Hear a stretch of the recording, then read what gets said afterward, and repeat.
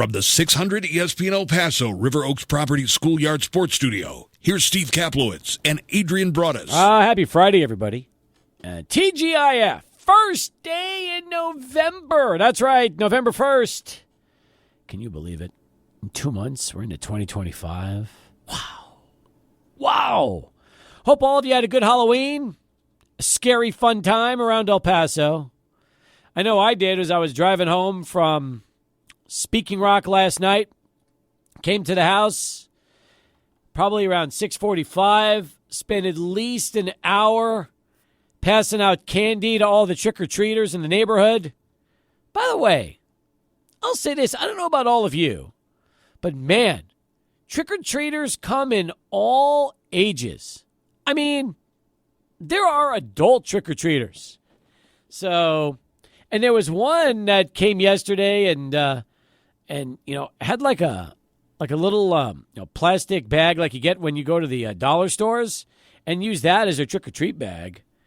And they didn't really have they didn't care. As long as you can get your candy, you're in good shape. That's just the way they were. So, some have the special designed Halloween baskets, other things like that. Not others. Some people just don't care. They're like, you know what? They just use their hands and play and put it in their pockets, and they're good and ready to go. But I'll say this. Apparently in some parts of the west side of El Paso, man, they take great care of the kids. My son came home because he didn't trick-or-treat in our area. He went a little higher up the mountain, closer to, where can I say this is? Kind of near the top of Ojo de Agua in that area. He came back with full candy bars. Like it's not cheap. When you go ahead and you buy full candy bars to pass out to people, that's a really, really generous Halloween gift. You think about it. We counted ours. I think we had 260 pieces of candy to give away yesterday. And we probably had about 230 or 40 kids. We try to give one per kid, and that kind of gives us an idea of how much candy we're going to pass out based on the number of kids that are there. So that worked out really good. And there was a point of time yesterday where we saw the Haggertys, Tim and his wife Heather, and then their son Carson. And during that portion, we ended up getting kind of bombarded by kids. And my wife wanted to take a photo of Carson in his costume. And then Tim said, I'll just pass out the candy. And next thing you know, Hags is giving out he was letting everybody just take themselves. And all of a sudden, we're in horror. We're watching, oh my God. Hags doesn't even care. He's like letting kids get a grab full. So we had to put an end to that real fast. We're like, Tim, one per person, Tim. Come on. We need this to last. We can't be here for 25 minutes and give all our candy out, because you let them pick. We gotta be the kind that just portion it out properly. So we did that. Wrapped up, I would say, just shy of 8 o'clock. And it was a good night. Really good night. So, I don't know. I have seen so many different approaches to Halloween. I have seen some people that that close their door, have a massive, massive box of candy, and just essentially on the honor system expect people to, take one and honor that. Of course, it never lasts, but I've seen some do that. I've seen others that will try to scare the hell out of you before they give you your candy, or they try to really freak you out. And that's happened. I've seen plenty that just don't give out candy altogether and have the lights off and don't even want to be bothered. And then there are some that just sit out and, hey, you know what? You're trick-or-treating? We want to see you. And there's some great costumes yesterday. Oh, great costumes. People have just gone all out. And that was also kind of fun to see what everybody dressed up as for Halloween. And with that, I bring back Alberto Dueta, who's joining us here on Sports Talk, getting things started on a Friday. You tell me, how was Halloween for you? Well, I helped out yesterday at UTEP volleyball with the PA. I left there and I checked my phone, and the District West had their classic Thursday deal where they have $8 wraps. Oh, the greatest deal ever? Yeah, I headed over, saw the second half of that Jets game, and I ate my wrap, had a beer, and then by like 9:30 I was in bed ready for sleep because I had to work on the morning show. So I had an early night, early turn-in yesterday. I didn't get to see any costumes on anybody. Man, so it was a tough night for you, it sounds like, because you were so busy. How was the PA? Did you enjoy that? Yeah, it was fun, but definitely it was an early night for me. Yeah, definitely was early night. The ladies won, though. They swept. Hey, that's all that matters. 3. Yeah, that's really cool. And you're heading to Fabens and Irvin coming up here in just a few. Yeah, at Irvin should be a good one. I'm excited for that one. Right on, man. Second time I've been to Irvin this season. That's good. By the way, you know what I did last night at the end of the night? I ate a little mini Baby Ruth because of Lee Sterling, who was on the show yesterday and talking about his favorite candy and how Baby Ruth is like his number one. So I tried it. I was like, I could see this. It reminds me a lot of Snickers. They're not the exact same, but same concept, same idea. And it was good. But no, I think last night I had the 100 grand. That is still one of my all-time favorites. It really is. You get the caramel, the chocolate, and the crunchies all in one. That's good stuff. You're making a face. You're not into the 100 grand? I don't know. It's definitely never been at the top of my list. When I see them, I don't grab them, but I'm also not really a candy guy. Oh, man. But, so you don't have a sweet tooth? Good for you. Rarely. Oh, that's good. I'll have a sweet tooth. Like, for example, look. This is the perfect example of the sweet tooth I have. You know how today you saw those donuts at the Buzz Adams Morning Show? Yes. That someone gratefully brought for us? Yeah. I saw them, and I was like, man, I'm hungry. I'm hungry. So I was looking at them from across the glass. I was really hungry. I get over there. I grab a little plate. I put one on my plate, and I walk it over to my studio. By the time I get over to my studio, I'm like, I don't even want this. Why? What happened? It's too much. I was like, this is way too big. Well, why don't you just break off a piece and eat part of it? Yeah, that's what I. That's is that what you did? I cut it in half. Oh, there you go. Yeah, but it was just like. Too much. I know. Yeah. Well, that's not a donut. That's a meal. That is a meal. It's a big difference. But it kind of gets the same way with candy. If I have it around and I start having it, I'm like, I shouldn't be having it. But that's why you need M&Ms. Because there's so many in a pack, you could eat like 3 or 4 at a time, get your fill, feel good, and then just not eat the rest of them. Like you could just eat a few and you're good. That's why M&M's is my all-time favorite candy. And I think that's exactly why. Because I know I can get a few, 5, 6 pieces, eat them, good to go, I'm done. I've gotten, got my fill, and I don't feel like I got to go eat the rest of them. What about, are you a fan of just the regular ones or the peanut M&Ms? I like the peanut M&Ms. Regular. I'll eat the peanut, but I like the regular. Yeah. Now, the regulars just get too chocolatey for me. I like kind of to balance it out with some of the peanut. With the peanut? Yeah. But the regular is so small. Like, how can it be too chocolate? There's like nothing to it. It's like exactly, the size. They're small, so I have to have a handful, and then next thing I know, I'm like, oh, I regretted this. Well, you see, that's why you eat like 3 or 4 at one time, and you're done. Yeah. That's it. You don't even have to get a handful. I should switch to M&Ms. There you go. Full time. Well, that's just the way it is. So, all right. Well, listen, we got a good show today. We got Jay Jaffe coming up in about 5 minutes. He'll join us live on our Longhorn Distributing Hotline where all of our guests appear. Then, at 5 o'clock, we will have the opportunity to let you enjoy our Sports Talk / Minor Talk UTEP men's basketball season preview show that we recorded earlier this afternoon with Minor head coach Joe Golding. Now, this was a lot of fun. Adrian was with me. We had the opportunity to spend about 45 minutes with Coach. You're going to hear it all in its entirety. And by the way, our video with Coach Golding will be posted on the 600 ESPN El Paso YouTube channel tonight, thanks to Chris from InspoLens. You can check out all their stories at inspolens.com. That's INSPO Lens, LENS.com. So thank you, Chris. He was there today. We had a very sophisticated-looking shoot. It was great. We loved it. Adrian's equipment is top-notch. And between the two of them and a couple of cameras, it is going to be a great audio and video that you get a chance to enjoy, either on the radio and on the YouTube channel. And that's going to be coming up here today. So that's in the 5 o'clock hour. Then Foss at 6. And our Football Friday night will get underway with Week 10 at 6:30. with Bo Bagley, Paul McKinnon, and all of our high school football reporters, including Steve Escajeda. He'll be covering Eastlake and Pebble Hills. That gets started at 7:30. Jeremy Caranco, Americas and El Dorado at 6:30. Brandon Cohn has the big one tonight. Isleta and Riverside, a battle of 7-1 teams that are both 5-1 in district. What a game that's going to be. And that's happening as well. Adrian's going to be at Bowie, Beatty Semang Stadium, getting ready for Austin, 7-1, visiting 3-4 Bowie. We've got George Guajardo, our intern, covering Burgess and Del Valle.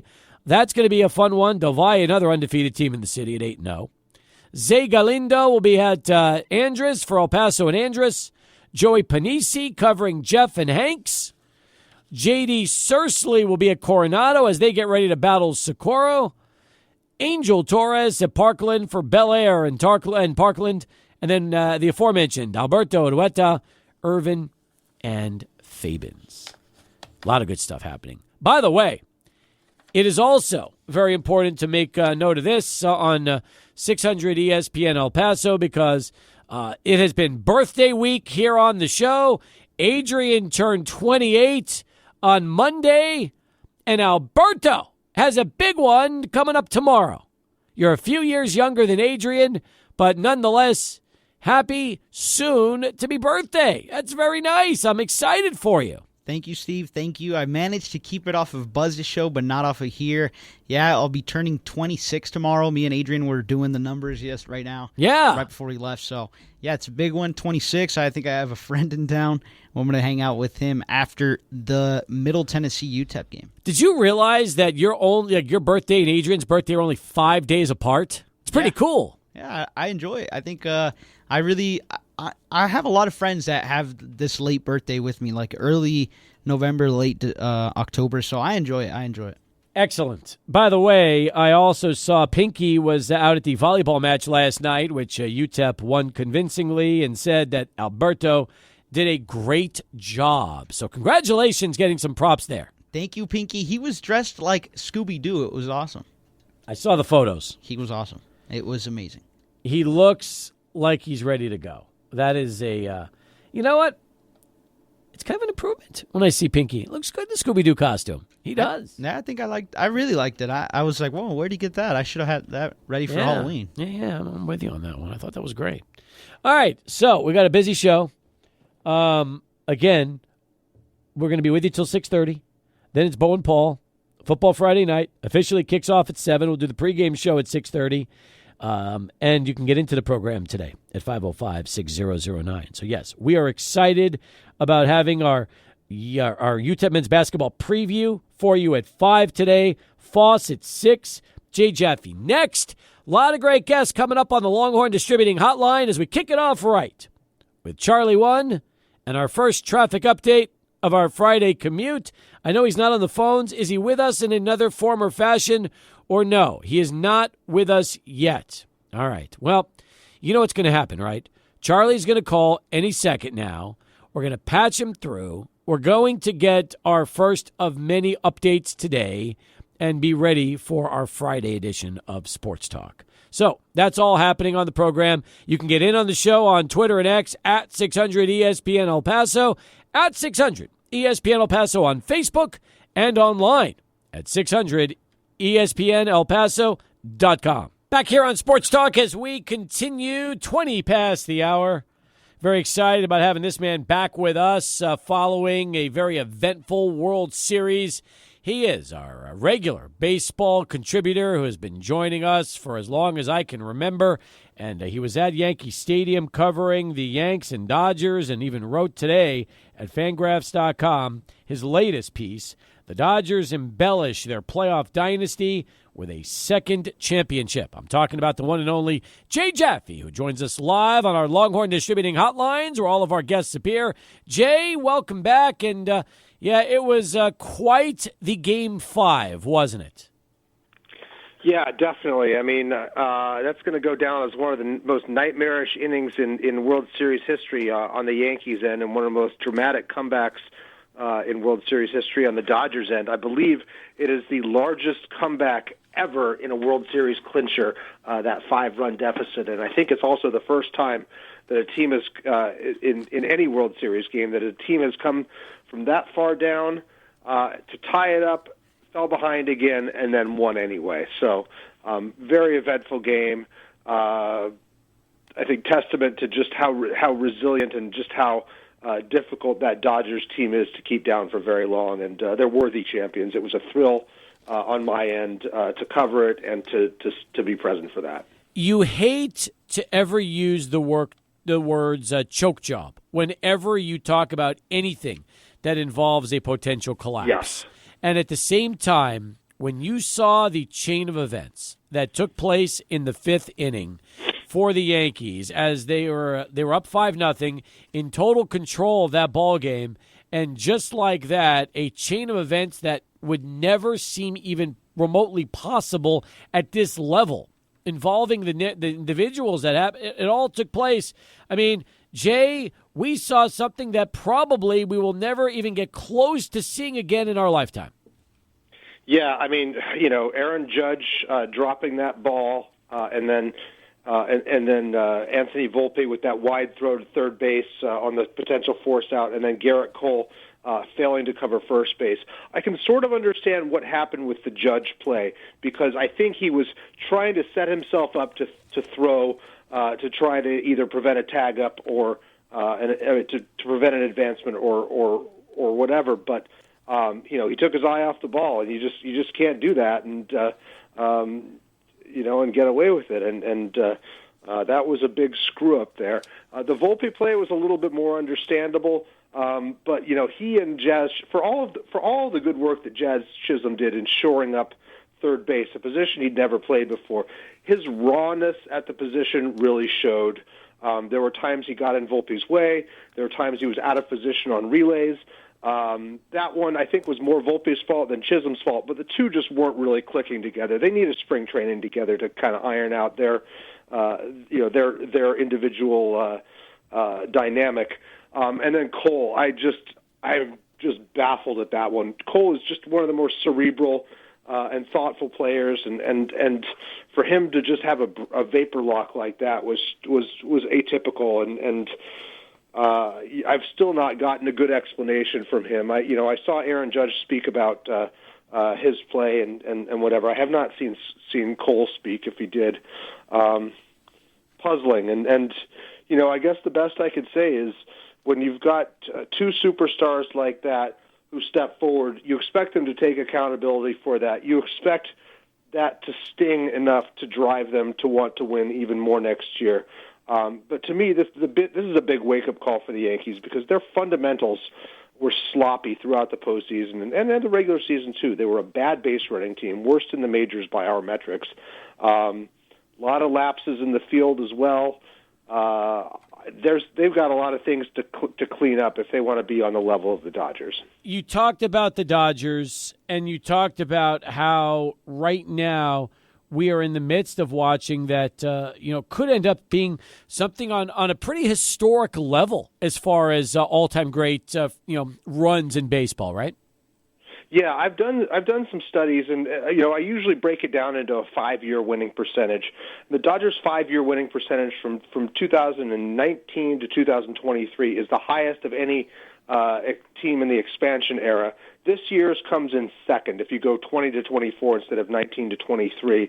Of course, they did have that short season in there where they played above 700 ball. Both of those are helping to boost that a little. But this 5-year run is bookended by a pair of championships, and I think that's, aesthetically we might want to put the crown on them for completing that second championship. I know for some Dodgers it really kind of chafed that people didn't accord their 2020 championship with the same respect as a full season championship, even though they actually had to go through one more round with the playoff format that year. They could have gotten knocked out in a best of 3 by the Padres. So, they were legitimately the best team in baseball that year. They were legitimately the best team in baseball this year.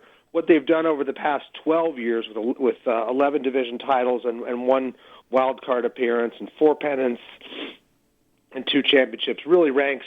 It's up there with like the Braves dynasty or before that the Orioles dynasty, except they've got 2 championships to show for it instead of 1. Yeah, you're right. And who knows how many more before this whole thing is all said and done. In fact, as we continue right now with Jay Jaffe, the baseball offseason has already started. It's pretty crazy that the day after the World Series, not even 24 hours later, Jorge Soler finds himself traded to the Angels. So teams are already right now starting to plan their off seasons. And were you a little surprised that after the loss, when Juan Soto met the media, rather than just make a statement and say, you know what, this hurts, it's too fresh to even think about the future, he was already talking about the fact that he will listen to all 30 teams this offseason when it comes to trying to decide where he goes next? It's just business. He was here for a year. He did the best he could to help the Yankees win a championship. But, he knows the Yankees can probably pay him more than any other team, but he's got the leverage to listen to offers from all 30 teams. And, I think like any top superstar, there's an obligation to do that in terms of it helps to raise the salary bar for everybody below him. So I would not have expected anything else. I mean, he's a Scott Boras client. He's been coached on this stuff. He's going to do what he's going to do, and if the Yankees are the team that shows him the money, I think he'll be very happy to come back. But if they drag their feet and say, "Oh, we can only afford $300 million," or whatever, then he's going to go elsewhere. The money and the competitive situation are going to be factors.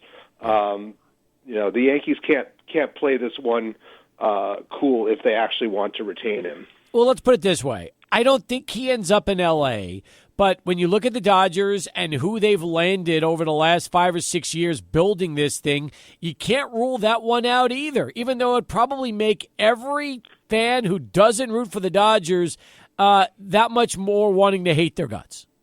Yeah, to be honest, the Dodgers thing is somewhat nonsensical.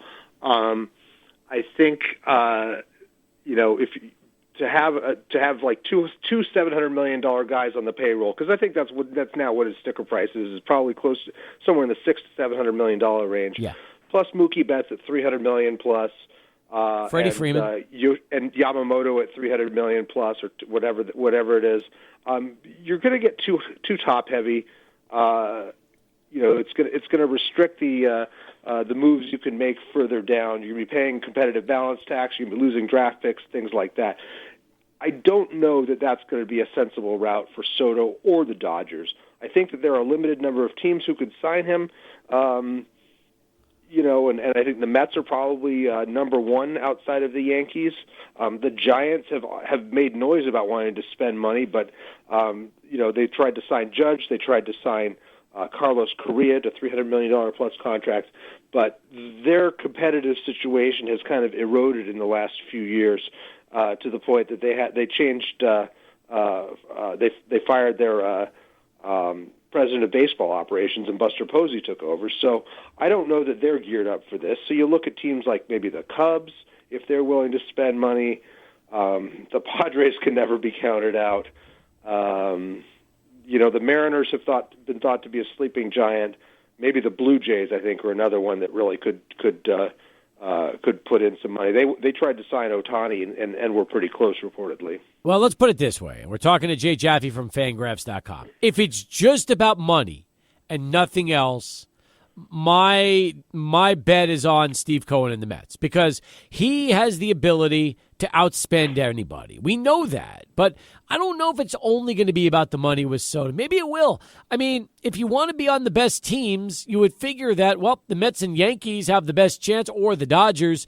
I don't think he's going to defer all of his money the way Ohtani did to make it work there. So I don't think that's going to be in play like Ohtani's deal. So I'm interested to see if the Mets, who also have to make a decision on Pete Alonso, what they're going to do with him.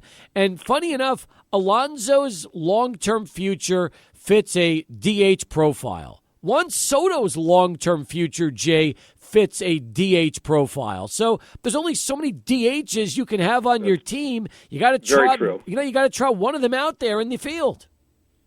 That's very true. I think one thing I should mention is I think the Nationals have made noise about wanting to get Soto back. Yeah.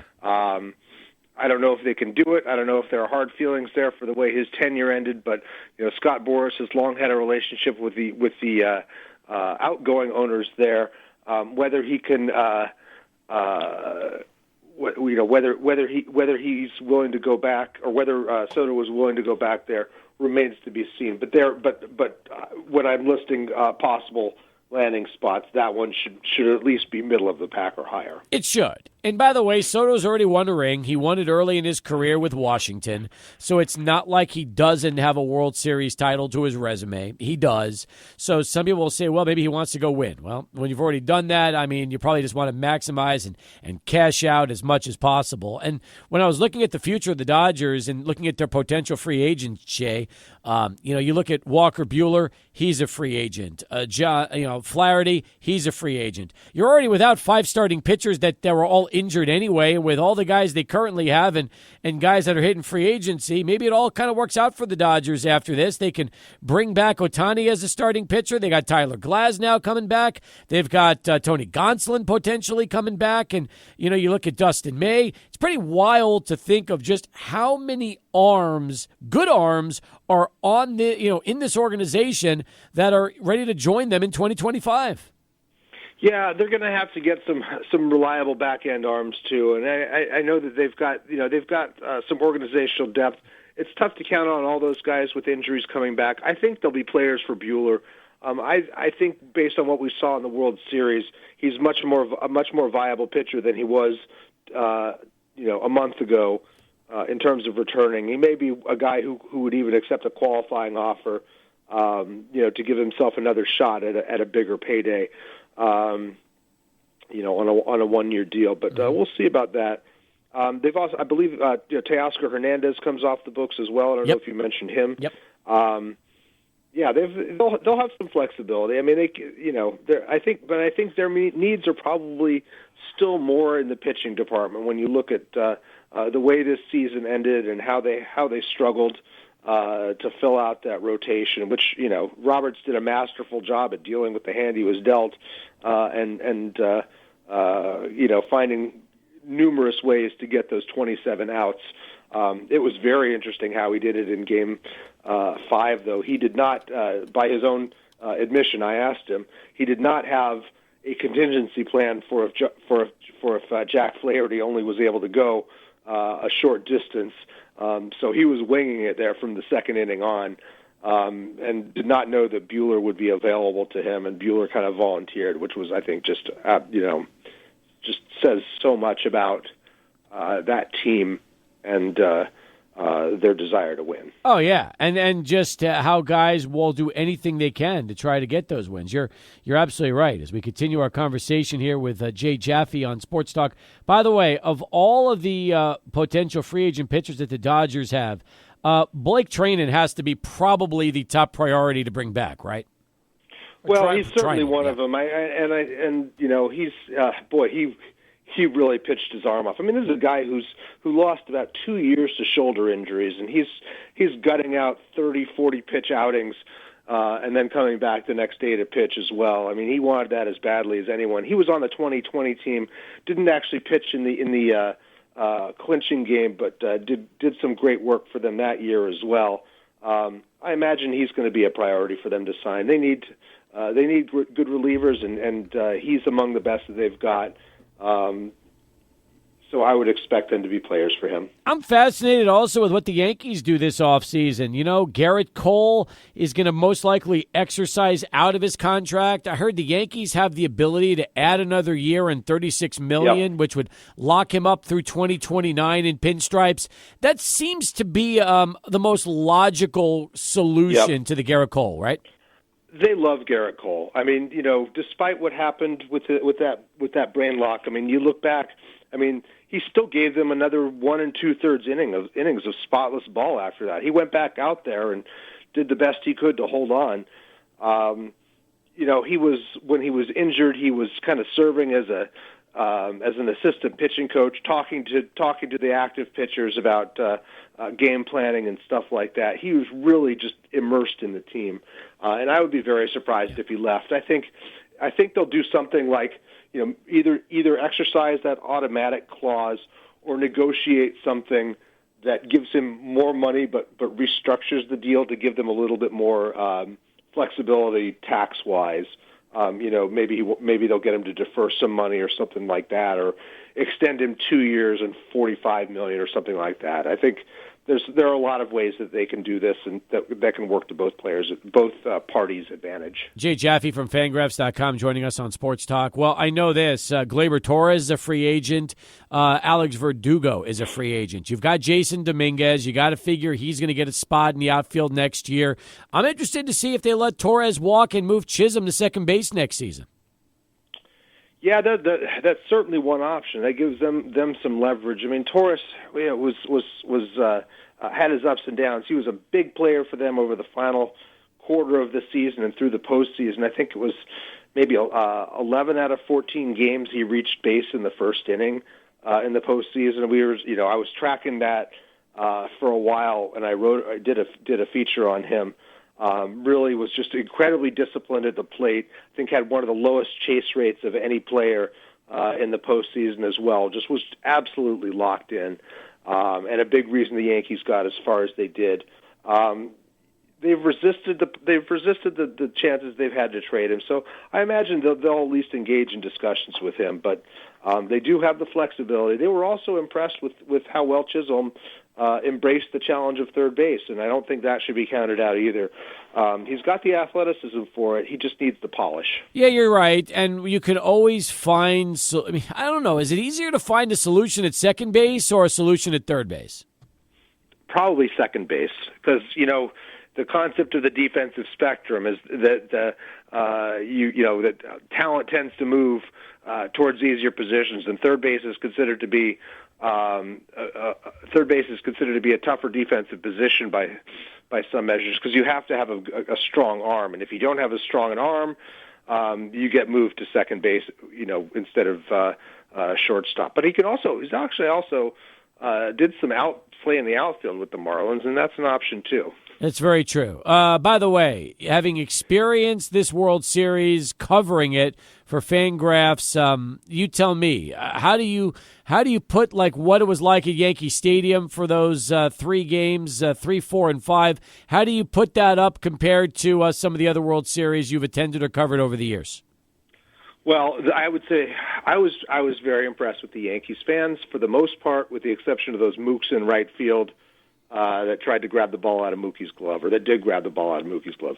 Those guys should be strung up in the town square and pelted with oranges.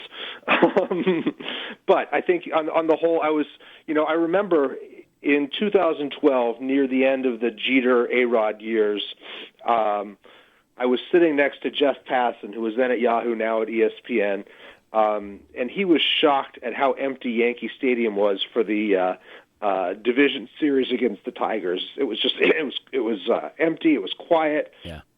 It's like, are these people, are these fans taking it for granted?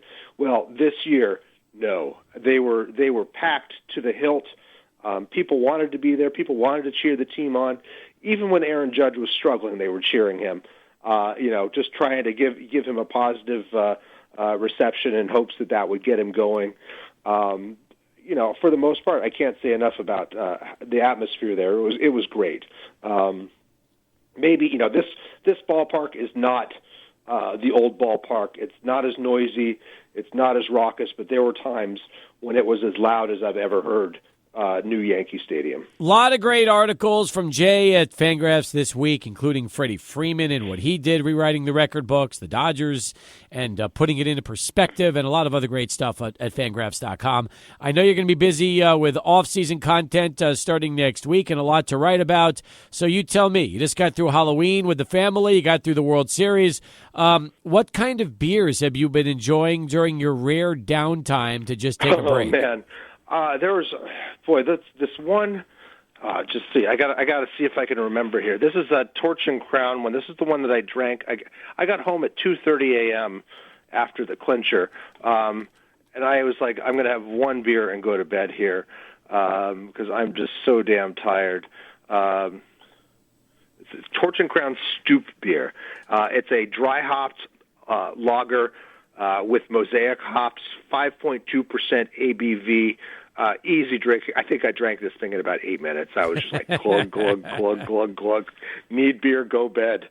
That's right. And by the way, for people wondering, Stoop beer in New York, if you grew up really in the 50s and 60s, a very popular game was called Stoop Ball, where you would take a ball and just try to bounce it off the steps, and they called it Stoop Ball. So I could understand Stoop beer and how that works. That's good stuff, Jay. Very nice. Yeah. All right. Well, good baseball connection there. Very good. Well, listen, enjoyed it. Had a great conversation with you. Have a great weekend, and we'll look forward to checking back with you here during the offseason and see what's going on with what should be a pretty busy baseball offseason. It sounds like it for sure. Yep. We're going to get first Hall of Fame ballot next week, the Era Committee ballot. So maybe we'll talk about that next time. Let's do it. Have a great weekend. Thanks, Jay. Okay. Take care. Jay Jaffe, folks, as we continue. 42 past the hour. 20 minutes from now, our UTEP men's basketball preview. You're not going to want to miss this. Adrian and I sat down with head coach Joe Golding earlier today. We'll have the audio for you coming up at 5, and the video will be up later tonight at 600 ESPN's YouTube channel. So look forward to that for all of you fans of ours on YouTube. You don't want to miss it. And again, that is thanks to Chris from Inspo Lens. You can check all their stories out at inspolens.com. That's INSPO, Lens, LENS.com. Back here on Sports Talk as we continue.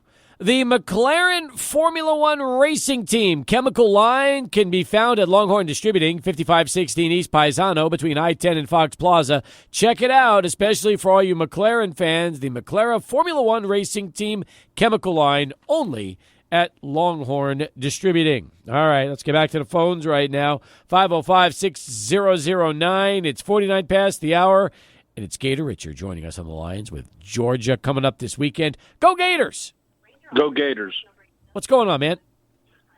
Halloween candy, man. What kind you hand out? Let's see. Handed out the usual. When I say the usual, there was Baby Ruth. There was 100 Grand. There was Butterfinger. There were others, Snickers, Milky Way. It was the kind that was like those big variety packs, and it was all chocolate. We don't hand out non-chocolate stuff, so it's always chocolate candy handed out around the Kaplowitz house. What about you? Yeah, I did the chocolate thing too because I bought the candy this year, and well, I mean, you don't normally buy the candy for your house? No, you know. That's all. Okay, that's all you have to say. That's all you have to say. You took charge and you bought the chocolate to give out. What is your favorite candy that, like that if it's in the house, you're eating it?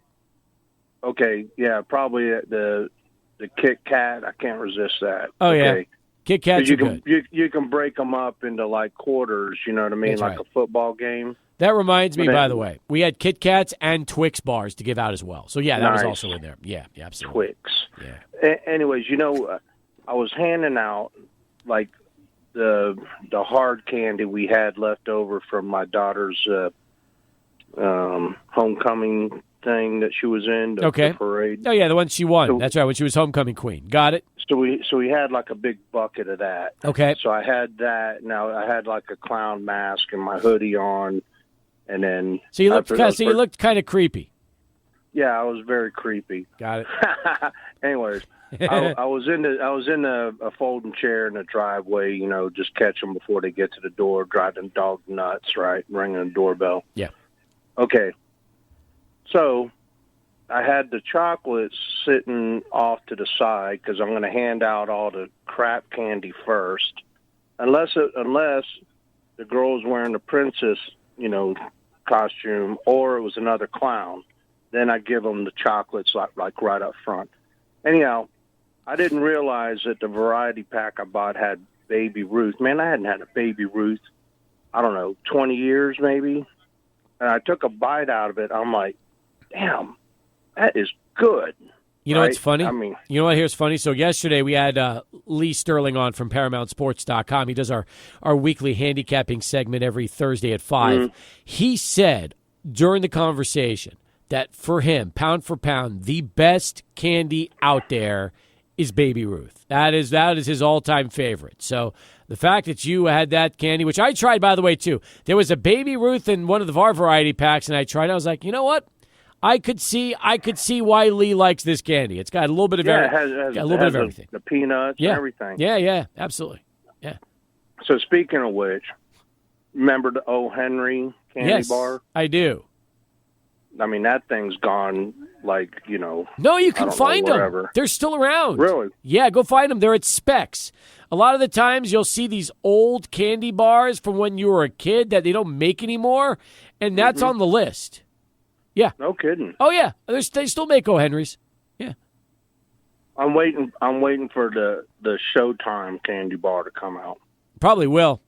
In New York, and I think I've seen these in Vegas, too, they started remaking the Reggie bars. Remember in the late 70s, those Reggie Jackson bars? I never had one, man. I refused. Oh, man, let me tell you something. It was a good candy bar, and they still make it. They've actually rebooted it, and it's just like it's in like this orange wrapper, and it's kind of like a round look. I'll tell you this: when I was a kid, I could not get enough of the Reggie bars, and you can even find those. So maybe I could see why the Otanis. Mr. October. Yes. Bar. Hey, let me Give tell me you. a break. Listen, man. When you're 4 or 5 years old, living in New York in the late 70s, like 77 and 78, when Reggie is king of New York and you're a little kid, how could you not want a Reggie bar? That's everybody in New York wanted a Reggie bar in those days. Yeah, everybody but you. If you think so. That's right. That is right. All right. Enjoy the weekend. Go Gators for tomorrow. Good luck against Georgia. Thanks for the phone call, Rich, as we continue. All right. When we come back, our conversation with UTEP men's basketball coach Joe Golding. It's leading off our 5 o'clock hour, and it's next here on Sports Talk and 600 ESPN El Paso. And welcome back, everybody, to the Sports Talk, Minor Talk, UTEP basketball season preview. Along with Adrian Broadus, I'm Steve Kaplowitz, and joining us right now is UTEP men's basketball head coach Joe Golding. Is it hard to believe that we are already just days away from season 4 getting started for you? Yes. It's the game has changed, Steve, and both of you guys have been around. You used to have these breaks in the summer, right, where coaches could get away a little bit. Obviously, we had recruiting to do in the summer, but the players could get away as well. Now we've turned this thing into almost 12 months a year, right? Definitely 11 months out of the year that we're with these guys, and I think we were joking a little bit 2 or 3 weeks ago. October 15th used to be like a birthday. I mean, it's celebration around the country because that was the first official practice. Now October 15th is like your 57th practice of the year. So it just seems like it takes, but yeah, it's hard to believe that we're right here and excited about it. Well, this year especially, you've already been to the Bahamas. Yeah. You've already played in Mexico. You had a game at the Pit in Albuquerque. I mean, when you think about the first 3 seasons compared to this year, you're so much farther ahead of the curve because of how much basketball you've played up till now. Yeah, great point. And having retention, right, with guys back. I think both those go into play. And the little bit of that was strategic because we struggled on the road last year. And so we started these road game Fridays in the offseason in the summer where we would take our offseason workouts every Friday into the community. And then obviously the Bahamas trip, the Juarez practice trip, the Chihuahua trip, and then the Albuquerque, all just to get them out on the road, right, and out of the comfort at home. And hopefully that, we have some results. It's getting tougher to win on the road, as you know, but, hopefully that helps a little bit. And then obviously to your point, I think our continuity with the retention plus the opportunities that we've had puts us a little bit further ahead to start the season. The continuity side must be really exciting for fans too, because they go to these pop-out practices, they get to see you guys outside these walls, and they recognize guys like Kevin Kalu, guys like Otis Frazier III, and so on and so forth, because these guys have been in the program for a while. Yeah, great point. I think the pop-up practices have been tremendous for us to be able to get out in the community and shake hands. It always helps building the fan base. We have a great fan base here. We don't have to build it, but to personalize it, right, and get to know them. But I also think, Adrian, the retention, I think that's where fans struggle, in my opinion, when you hear and communicate with them. It's just like they feel like they're just rooting for UTEP now and not rooting for certain players or getting to know players, because every year the roster just continues to turn over and change. And I think that's frustrating for fans, with them just getting to personally know our players, and especially at a place like UTEP where that's been going on for a long time, the relationships that they build with our players. And I think this team's different though, right? You have 9 guys or 10 guys, whatever it is, back, off last year's team that they really know. And then you have guys that have been in our program, Otis Frazier 3 years, Kevin Kalu 4 years, and all these guys 2 years. So I think our fan base does know our players now. Now with what happened this past week in New Mexico and having that exhibition game, you kind of had all sorts of the spectrum, because you weren't necessarily tested in Chihuahua, but you had that opportunity to go out there on the road. Then you go out and play a team like New Mexico, who's a top 100 team and already receiving votes out of the Mountain West as one of the best teams over there. So where do you kind of fit in between of where this team's at? Yeah, I think that was the evaluation that we take a lot of from, right? And that's the tape we're evaluating, right? We're not evaluating the tape from Chihuahua. There wasn't a whole lot to evaluate. And then the Bahamas was kind of the same way, right? The competition wasn't great, and it was too far away from the season. So, we're studying that New Mexico tape like crazy, right, with our players and our staff. And we're still early. One game doesn't define who you are as a team, but it gives you a great barometer to where we're at. It was a heck of an opportunity for us, right, to go in there and play in front of 10,000 fans on the road, adverse situation, great fan base, really good team, to your point. They had already played Santa Clara a week before us, so they've kind of already been in the fire. This was our first opportunity, so I didn't really know what the hell was going to happen, to be quite honest with you. I knew we had guys back, but I didn't know. But I was I came out of there excited, right? When I got on the bus, a lot of things that I thought would happen with our team happened, and then there's some things that we got to improve on and get better. We didn't empty the holster, if that makes sense, on plays and stuff offensively, because you never know. You don't want those tapes to get out, right? And I'm sure Richard Pitino's the same way. We kind of both kept it basic. We both probably did some things that we wouldn't necessarily do in a regular season game. But at the same time, you had two teams competing and getting after it. And again, very encouraged by a lot of things. Obviously, offensively, I was discouraged a little bit with our ball movement and our shot selection and our execution. We've spent a lot of time in the summer and the fall. I thought we'd be a little bit better at that. But again, it's the first time you're out, bright lights. We got some new pieces that are playing, and it's a new team, right? We're getting used to it. And I think the film session was great for that, right? And since we've gotten back, our practices have been good. And defensively, obviously, we turned them over 25 times. We can't foul as much as we did, but I like our teams to be aggressive early, right? You can always skill them back. Do you feel like your team is a little farther ahead here on November the 1st than maybe you've been in past seasons? Yeah, and I think twofold with that, Steve. I think one, to your point, to the trips and the things that we've gone on, being able to play game action ahead of those trips you can take once every 4 or 5 years has really helps your team. So I think, yes, the basketball side, we are ahead. Offensively, I think we're further ahead. I think people will see that as we get going early in the season. I think our fans are going to like what we're doing. It's completely different than anything we've done offensively before since I've been here. It's out of my comfort zone, but I've embraced it 100% because I know we have to get better offensively here. But yes, I do think that. And then I think the retention piece, again, Steve, right? When you have 9 guys back, I'm very comfortable with those 9 guys. They know me. I know them. I know their strengths. I know their weaknesses.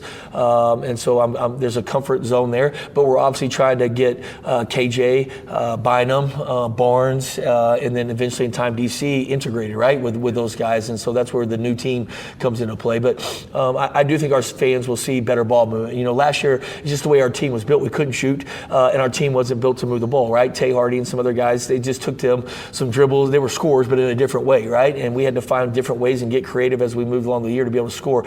This team has really moved the ball, right, from the summer and the fall, and there's some really pretty possessions. And if we do that and we continue to make the onus on creating offense for others and not ourselves, and making just the right play, because what we're doing offensively, you have to make the right play, right? If you don't, it can get stagnant, and that's what happened a little bit on Monday night. You said something interesting, though, a moment ago. This is a little bit out of your comfort zone offensively, but it got to a point when you realized in order to maybe take that next step, sometimes you got to get out of your comfort zone. Yeah, I think that's coaching, right? That's maturing. That's being comfortable in your own skin, not having an ego in your own skin, and just wanting to do what's best for our players, wanting to do what's best for our program as we continue to move forward, moving obviously through Conference USA and the Mountain West. It makes it a little bit easier to recruit. Guys want to play in this style. Guards are a little bit easier for us to find right now than bigs. And so we obviously made that decision after the New Mexico State game last year, coming back on the bus when we scored whatever it was, 50 points. I was frustrated, and from that point we started to navigate this, but we couldn't just completely flip it from one side to the other. We had to continue to win games, right? And so we were always kind of playing with it last year.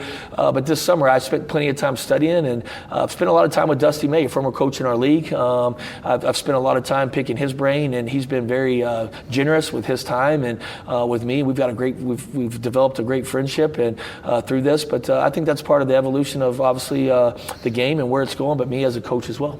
For the evolution, maybe having four guys who might be seen as guards, or maybe that fourth guy is like a combo guard, and that one guy being the big at the five, being your center. I feel like you guys can still maintain versatility while committing yourselves early on to something like that. Yeah, and I think the key to it, Adrian, is as we go along the season, how do we evolve it, right? Like how do we fit our pieces, right, to what it is. So it's going to be four guard base, but to your point, there's versatility. On our roster. I'll mention this, I'm sure we'll talk about it, but rebounding scares the crap out of me. I've talked about it all summer, I've talked about it fall, and we got our butt kicked in the second half. We only gave 5 offensive rebounds the first half. We gave up 14 in the second. And so sometimes when you play, and our guards are a little smaller this year, right? Tate and Zib are bigger guards, right? Barnes isn't as big. KJ's not as big. They're smaller guards. And so when we get caught in rotations and they have to rotate to the other side, it makes it a little bit difficult to win that matchup. So again, we're going to have to evolve it, right? In how we're playing and what we're doing. But the bottom line is, you got to be able to score the basketball to win in college basketball today. And the three-point line is so key, right? We would have 5-point leads, six-point leads last year, and I was just always on pins and needles all the time, right? Because that was one possession for them on a 3 or 2, and it's tied, right? We never could do that, right? Like if opponents had 6-point leads against us, it felt like 16, right? Because we couldn't make threes last year. If we did make threes, the game was over, right? But we just couldn't consistently do it. So I think the players we brought back have developed that, right? And some of them were good shooters like Trey, right? And Corey and those guys. I think David Terrell's gotten better. Otis has really shot the ball really well this summer and fall. If he could get better than 30, right, and get to that 35 range, that changes things. And then I think you look who we recruited with Bynum, Barnes, and KJ, and obviously DC, those guys can really shoot the basketball. Well, in that first year when you were here, Coach, you guys had some of those challenges rebounding as well, but you guys became a better rebounding team as the season went along. Do you kind of see maybe some similarities there? Yeah, I think it's going to have to be, right? But I think it's more you got to see it on tape, right? So they realize, all right, how they do it. Then there has to be some toughness to you. There's just you got to go out and compete, right? And got to win 50-50 balls. And we have a saying, toughest team always wins, right? We believe the hardest playing team always wins. And so all those go into that. But yeah, great point, right? Speaking of the first team, I've had a lot of people ask me about this team compared to that first team. That first team was so talented. When you look at the guards with Sule, Keontae, and JB, right, that we inherited, right? Those were 3 very extremely talented guards, but we didn't have the depth around them, those 3, right? Nobody wanted to come here when we got the job because they knew those 3 were coming off a year where they all played over 30 minutes a game. There weren't minutes to play. I do think this team is the deepest team we've had of guards, right? And so it will be interesting to see how we play off. But I think there's difference there, but I do think our guard play is definitely going to be as good as it's been. UTEP head coach Joe Golding joining us. It's the Sports Talk, Minor basketball preview show here as we continue. Something else, though. When you first got here, there was no NIL. Yeah. And you lost key members of that team to the portal, and it was a concern. And obviously now you've built up the NIL these last couple of seasons. You kept your whole nucleus intact this offseason. That's how much things have changed, really, in that part of the game since you first arrived. Yeah, and I'll probably answer that in two ways, too. Number one, we got hit right in the face, right? You had the transfer portal and you had the NIL, and we just weren't ready for it here, right? That's just the truth. That's the bottom line, and we've lost some really good players that first year. If we'd have had all those guys back, who knows? We could have been the fairy tale story, right? That Florida Atlantic was. That was the unique thing about Florida Atlantic is they all, they were prepared for it and they all stuck together after their run. So it was a pretty cool deal. But we didn't, right? We have, I've been fighting like crazy for it because it's just the game has changed, right? Whether we want to talk about it or not, it's the elephant in the room, right? NIL. And if you don't have an NIL that's competitive, you're not going to be a competitive basketball basketball program in. You're not going to have a competitive football program and women's basketball. It's just is what it is. We have gotten that started. Josh Hunt and Miguel, along with many donors here in town, got that thing started for us, and we've been able to push that thing up and almost double it from year 3 to year 4. So that's definitely helped with the retention, to your point. But conversations around the league and conversations in Mountain West, we're nowhere near where we need to be to compete at that level. I don't have it on a sheet of paper, but there's one player at New Mexico making more than our entire collective. Think about that for a second, right? Before we start judging product on the floor, So, I think there's some things that have to happen. I'm encouraged by what's happening on our campus. Our AD is firmly, Jim Center is doing a great job. We had a great function the other night in the community, just again trying to get the message out. And anything helps, Steve. Like we don't just need the $1 million guys, right? We need everybody. This is a community deal, in my opinion. UTEP basketball has always been about the community, right? We're doing a pledge right now. Give $9.15, right, to get 915 members, $9.15 a month. But that adds up, right? I mean, that's like $100. And if we can get people in the community involved with that, it will help us as we continue to recruit and continue to move towards Mountain West. And it's funny because now the Goldmine Collective is part of the university. We joined them. And that's a big deal, isn't it? Now that the university has been able to keep everything in-house. Yeah, and I'm not smart. You guys are a lot smarter than me. I'm just a ball coach, but I don't know what's coming down the pipeline with these athletic revenue sharings, with the lawsuit. I think campuses are going to be able to give money to play. Like, I don't know. Again, I'm not into all that. I just know that we're going to have to be on the forefront of it. We're going to have to embrace it. If we want to continue to recruit, if we want to recruit at a high level and we want to retain those, we're not going to retain them all. Let's be honest. Us three have had these honest conversations behind the scenes. We're not going to have the SEC and the Big Ten money if they really want to come down here and grab one of our players. That money is different, right? But we have to have this money competitive with the Mountain West, right? And competitive in Conference USA on an NIL deal that we can compete, because ultimately this place is about hanging banners, right? And competing for championships, but the game has changed, right? It's just not about going out and building relationships and recruiting now, right? You can build relationships, you can recruit from the same circles, but at the end of the day, the question is going to be asked, what's your NIL package, right? And this is what I have at A, B, and C. And if we're not competitive with that, the relationship doesn't matter anymore. In a perfect world, would you like NIL, whatever that number is as a whole, to be split up within your program, or would you like to go out in the future? That's a great question. That's a great question, and I think the number that we get our collective to would help that a little bit, right? Determining my answer. I will say this, right? If you split it up and say, hey, we're going to go get three high level players for that price, three guys that are demanding that price, a point guard, a wing, and a big, and then we'll just moneyball it around the edges, right? Do I think that could work? Yes, right? But what if one of those, two problems with that, right? One, if one or two of those guys get hurt, you're probably looking at having a year of 4 wins or 5 wins, which we know how that works around here.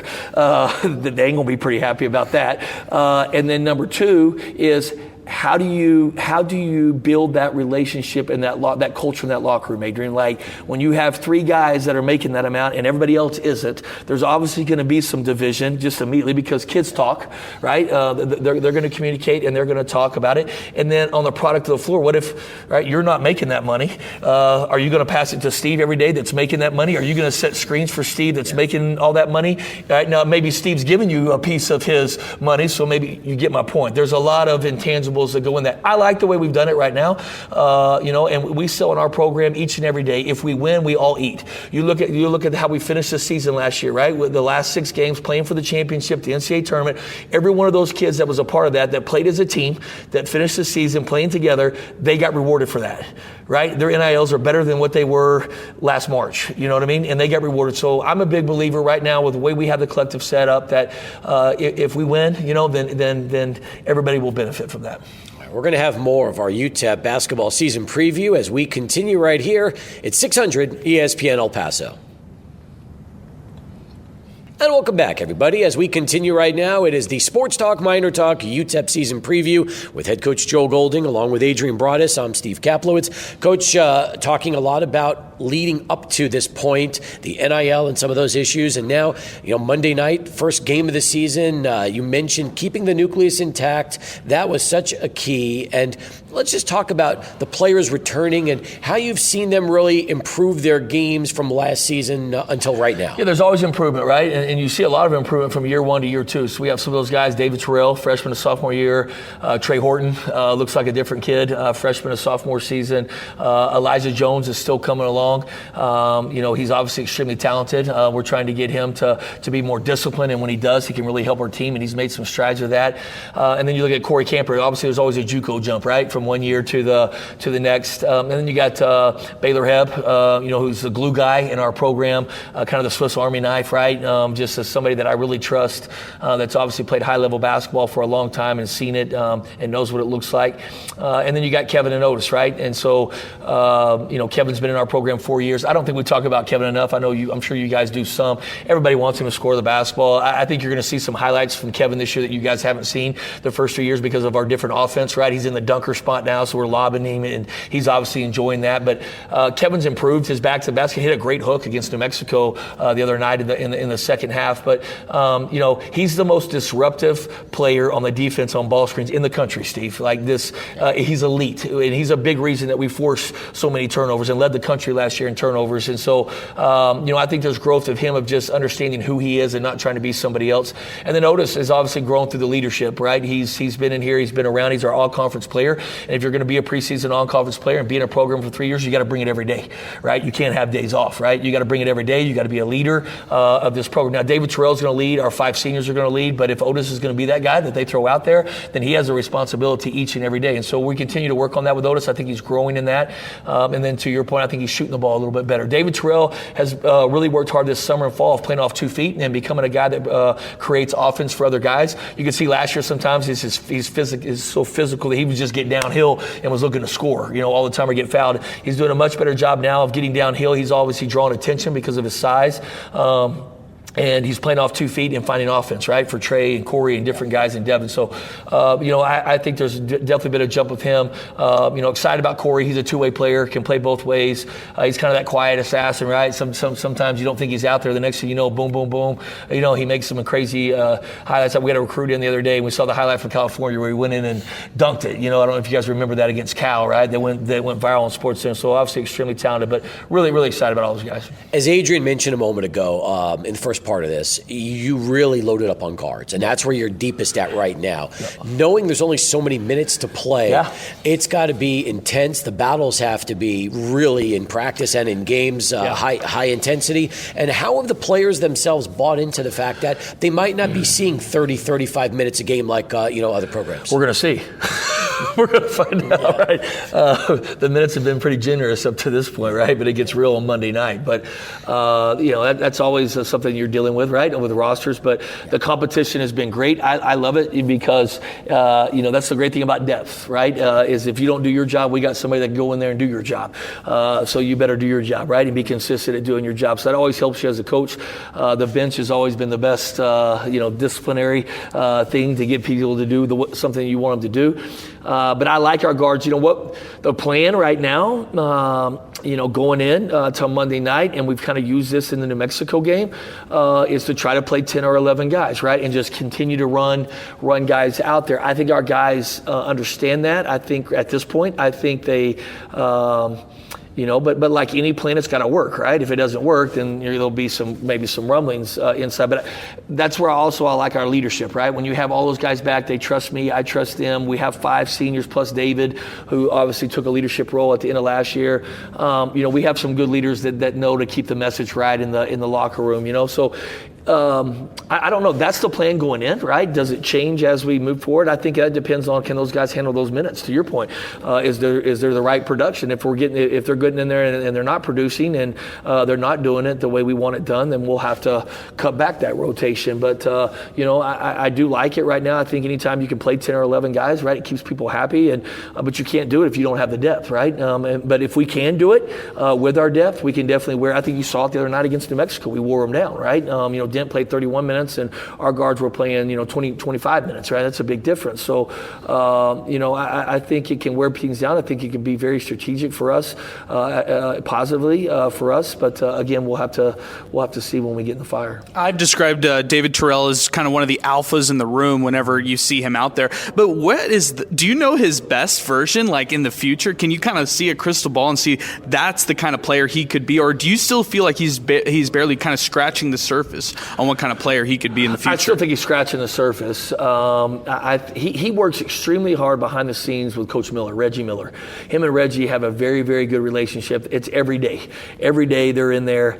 They have a routine, right, that they go through, and you've seen the growth. The growth this year, last year, when David came to us, he was a big physical guard, obviously could defend at a high level, and was just a winner, leader and winner. I've told the Homecoming King story. You don't come Homecoming King in Texas as a basketball player. That's always a football player, and the Queen's always in the band, right? It's the votes, right? The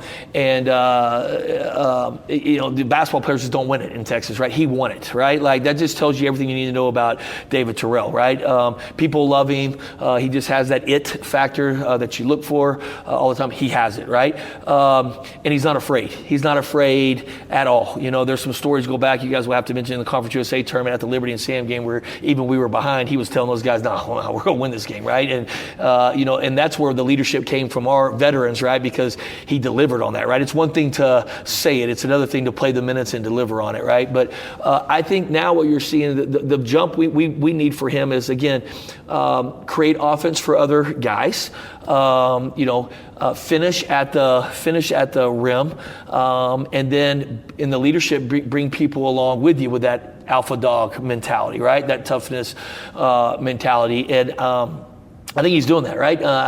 There was times, like in the Mexico game and the Chihuahua game, he didn't play with 2 feet, but then again, the level of competition wasn't there. He wanted to just go in there, but he's still forming those habits, if that makes sense. But you saw it in the New Mexico game on 4 or 5 possessions where he went in there and he played off 2 instead of taking a tough layup with 3 guys on him and made the pass back to Trey or made the pass across the court to Devin, right? And gave us some really, really good looks and opportunities, man. And so I think that's the growth with him, because here's the deal with DT. He's so good at getting in the paint, right? If he creates offense for other guys, now the paint has to open up, right? Because now they're concerned about him spraying it out there and giving up threes. And when that happens, then the paint is really going to open up for him, right? And I think can even get him, becoming even better at the rim. So really excited about his growth. For Devin Barnes, I've been to some practices. It feels like I have to remind myself, wait, he wasn't a part of last year's team. Yeah. He's just really acclimated himself well. Yeah, I think a little bit. He's from here, right? Yeah. And that's why he's comfortable here. He's been to UTEP. He's been to games at UTEP. It's always been his dream to play here at UTEP. In recruiting, you don't get everything right. We should have taken him probably the year before when he wanted to come here. We didn't. Thank God he let us go back and re-recruit him, and he chose to come here after his year at Tarleton. But what I like about him is, they were picked like 9th or 10th last year at Tarleton, and then they finished almost tied for first or second in that league. He averaged 14 points a game, 40% for 3, 2-to-1 assist to turnover ratio. There's a reason he's won everywhere he's been, right? He just plays the game the right way. He really always under control, keeps the game very simple. I think our fans will love him. I think they're going to enjoy watching him play, and he competes at a high level. But he's won, Adrian, everywhere he's been. High school, Triton, Tarleton, and, I would expect it here, right? That's just, he has that intangible. And then to your point, he has meshed well with other guys, but I think he's meshed well because he always makes the right play. So our guys respect that, right? Like, he's not coming in here trying to be the man. He's coming in here trying to win, right? He wants to hang a banner. He wants to go to the NCAA tournament. He understands what that style of play looks like. He's mature. He's old. He doesn't have to come in here and average 25 points a game, right? Like, he just wants to win. That's all he talks about each and every day. We got to get him better defensively. He's behind defensively. I've told him this. He was awful defensively in the New Mexico game. Quite honestly, he'll tell you he wasn't great offensively either, but we all weren't, right? Like, it wasn't just him. We were just out of whack a little bit, especially the first half with some things. But I sleep better with Devin Barnes on our team. I think he's a guy that we've been wanting for a long time here in our program that values the basketball. You look at our turnovers last night, only 11, and we had 25. We turned New Mexico over 25. If we can be consistent in that year, the struggle the last 2 years was take the three-point and the free throws away. It was the turnovers that were driving me crazy behind the scenes, right? Because we would turn people over 23 times, and we'd turn it over 18 times. I mean, we're not getting anything off that, right? And I think Devin, just him doing it in the way he plays, that feeds off off to David Terrell, right? David Terrell sees it every day. KJ sees it every day, right? And they understand, too, now that we're valuing the basketball affects winning and losing. When you went into Chicago and you brought Bynum in at the guard spot, you told me that he's someone that can have a huge impact on the offensive side. And you didn't even know how long you're going to be able to keep him here because he has that kind of ability. Have you seen that so far, or will that take a little time? It's going to take some time, like any JUCO kid. I know he played at DePaul, but he never played, right? So it's different, right? So it's going to be like any JUCO guy. It's like going to the casino, right? I don't know if you go to the casino, right? But the times I go in there, right? Sometimes you go in there on the dice table and you roll and you hit, right? And you leave with your pocket full and your chest out and you crush them, right? Sometimes you go in there and throw the dice and they kick your butt. Well, that's Bynum right now, right? Offensively. Some nights he can turn a 6-point game into a 16-point game in 2 minutes, right? That's just his knack and how he can score the basketball. He is a high-level scorer. I mean, he's just wired to score. And at the same time, though, he can take some of those shots, right, and not good shots, and then you get beat back in transition because they're not good shots, and you give up something in the other team. So 2 or 3 things with Cat real quick. Number one, we're still working through the offensive stuff. We want him to be you can't let a wired guy like that you can't start saying good shot. You got to work behind the scenes being very gentle about good shot, bad shot, because we want him to be confident, right? We want him to be that. You think about Jelly Walker back in the days. They didn't tell Jelly good shot or bad shot. When he was in there, right, Jelly's job was to score the basketball. So, but we also, the way we play, right, always making the right play. And I've been really impressed with Bynum in him making the right play, right? He's got a high basketball IQ. He understands right play and not right play. And so very impressed with his growth on that end. And I think our guys are as well. But we will obviously be navigating that, right? But I think our fans are going to love him, right? Because he can change the game and score.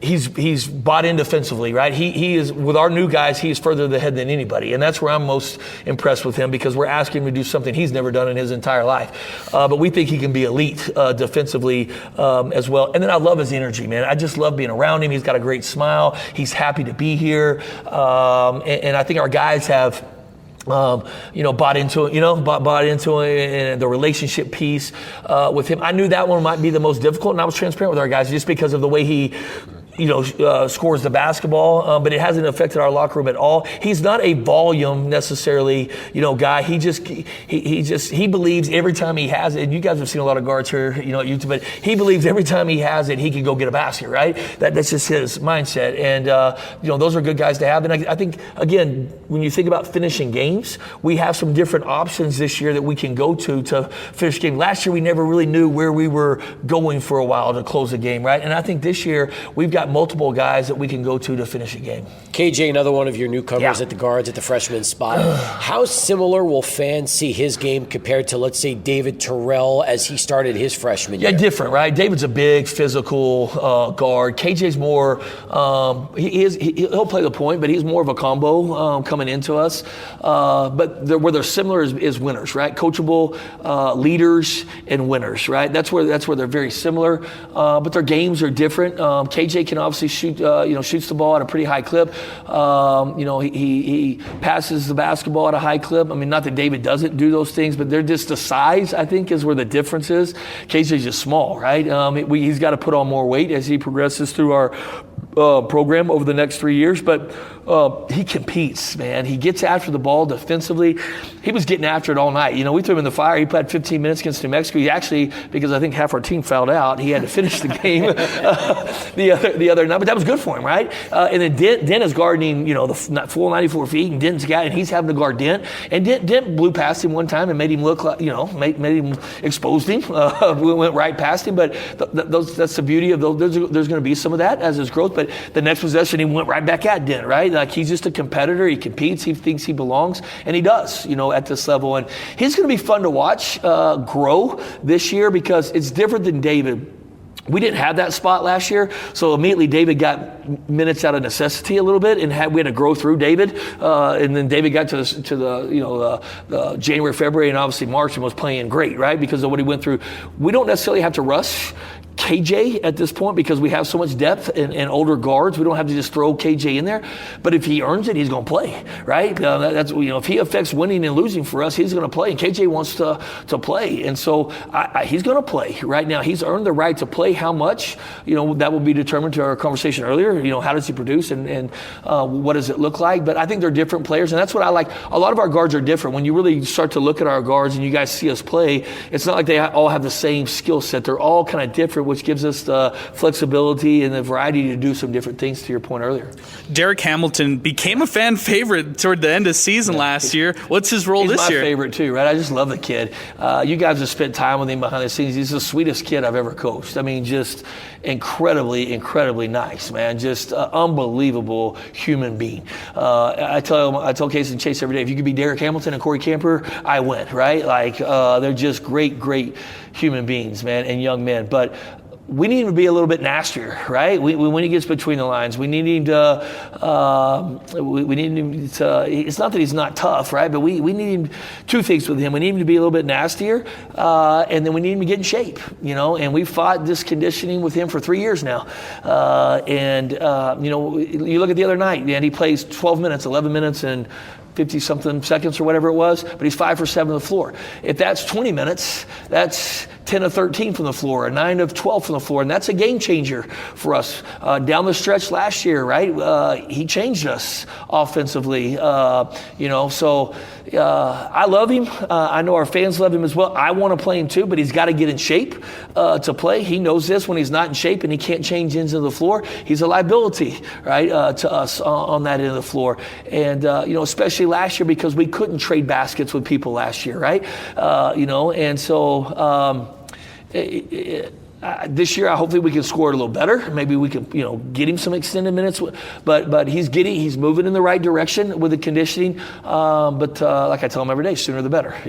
My last one, Coach, and I appreciate the time. Yep. Non-conference schedule is right around the corner here. Yep. You're a big game-by-game person, but where do you feel like you'll learn a lot about this team? Is it the first road trip to Utah Valley? Is it the Las Vegas trip, the Ball Dogs Classic? Where do you feel like you'll learn a lot? To your question, I'll give you the political.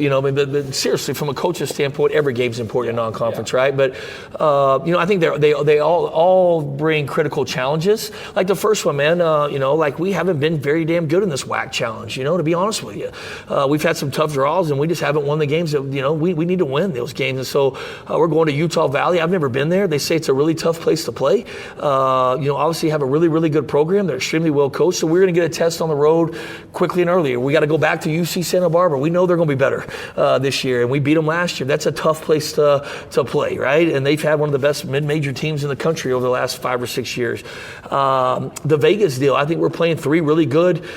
You look at the Mountain West, the future of that, we're playing San Jose. So it's a good opportunity for us to see that and look what that looks like. Long Beach State has a new coach coming over from San Diego State, where they've had tremendous success over the last decade. I know he'll do a good job there, and I'm sure they're excited about him. And then Greensboro's been really, really good. Coach Roberts will tell you he started Greensboro, and everything they did there, I think he's full of crap. But I think they got it going after he left. But I think Greensboro has obviously been really, really good, right, over the last decade. And then, to your point, look, the Sun Bowl is going to be great. We got Coach Gillespie coming back here. Charlton obviously had a tremendous season. Coach Gillespie is going to do. And then we have Seattle, who kicked our butt in here 2 years ago, and right after Christmas, right? And so we get another chance to get Seattle back here at home. So I think all those present challenges. All those present a great reward for us. More importantly, to anything, Adrian, in the non-conference, it is what it is right here, man. I think we can publicly talk about it. This is a one-bid league, right?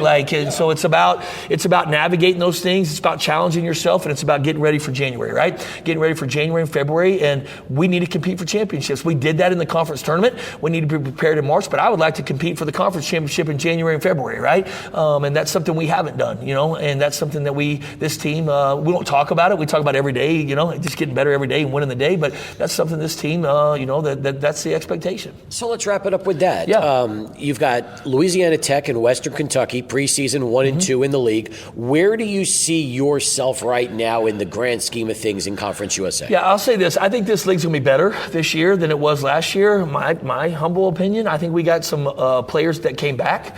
You know, you look at Bacho came back, McHenry came back, Landers came back, the Marshall came back. I know the 2 point guards for La Tech came back. Sam Houston brought almost everybody back, but the one that went to Ole Miss.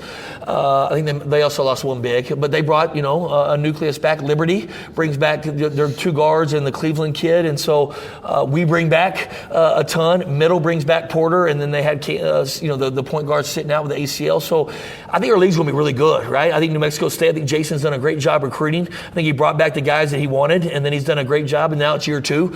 I always have so much respect, you guys know, for Coach Harper and what a great coach he is. And then FIU's such a crazy, different style. And then I know nothing about Kennesaw State. I'll find out.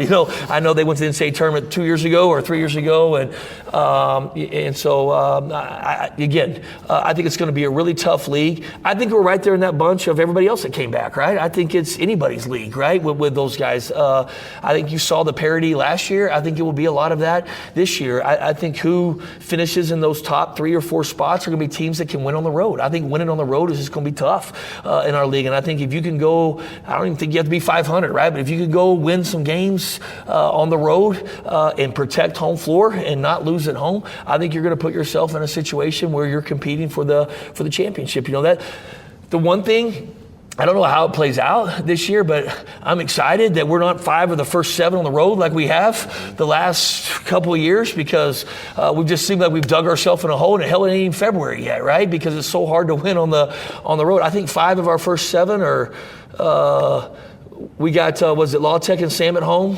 Then we have New Mexico State at home, and then I think we go to on a road trip to somewhere, right? And then we come back and we have two more at home, right? And so, to have 5 of your first 7 at home, we have to take advantage of that opportunity. So I think where we know after 7 games, it's not the end all, wherever it is, but I think that will, we have to protect home floor, and I'm excited about playing at home early in conference play. Fans are ready too. It all starts Monday with UTEP men's basketball and the 2024-2025 season. Coach, can't thank you enough for giving us this look, and excited to see you guys starting Monday. Yeah, I appreciate both of you guys and everything you do for UTEP basketball, and let's go, man.